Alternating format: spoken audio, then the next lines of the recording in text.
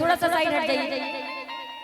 मामा जी बड़ा, मामा जी नानी, हाँ नहीं मामा जी नहीं, मामा जी ये हैं, उनका क्या नाम था?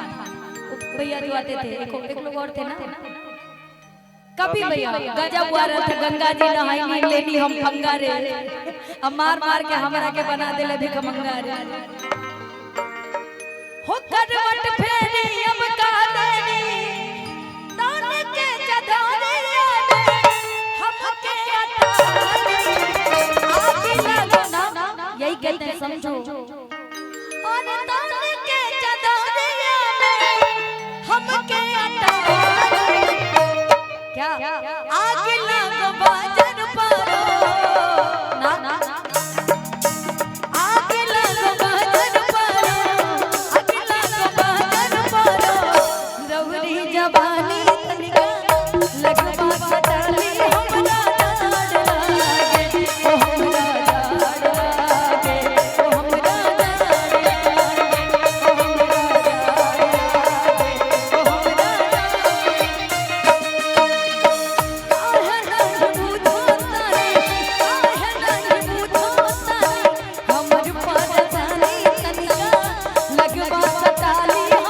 ओ हमरा डाड़ लागे, ओ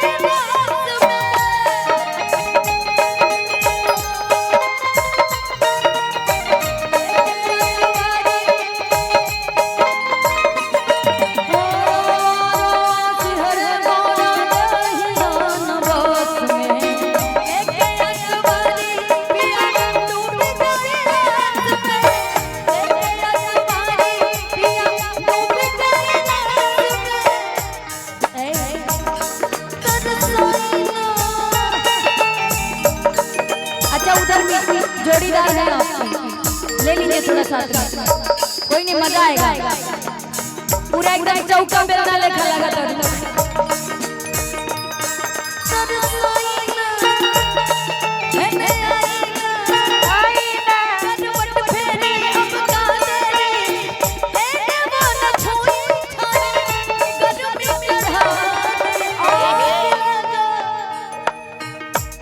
सुनी ना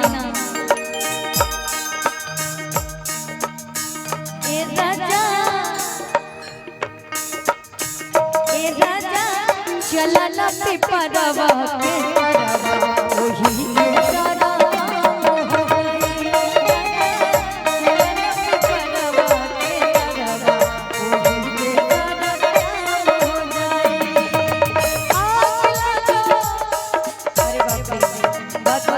मामा जी की तरफ से बहुत बहुत शुक्रिया, बहुत बहुत बहुत बहुत धन्यवाद। और ये लड्डू जयसवाल भैया जी की तरफ से हजारों हजार रुपए का आशीर्वाद, बहुत बहुत शुक्रिया, बहुत बहुत धन्यवाद। और मामा जी की तरफ से आशीर्वाद मिला है, आपके हिस्से में से नहीं ना दिया गया है। बहुत बहुत धन्यवाद, पैर छू करके प्रणाम, आशीर्वाद की कामना, क्योंकि गार्जियन से आशीर्वाद मिलता है तो करेजा हरियर हो जाता है। आवा हो पिंकी जी, नहीं कहावत नहीं है ना दिल्ली ना मुंबई वालों की, और पिंकी है नहीं यार, मुझे लगा तालियां बजाने वालों की, पैसे वालों की। बाप रे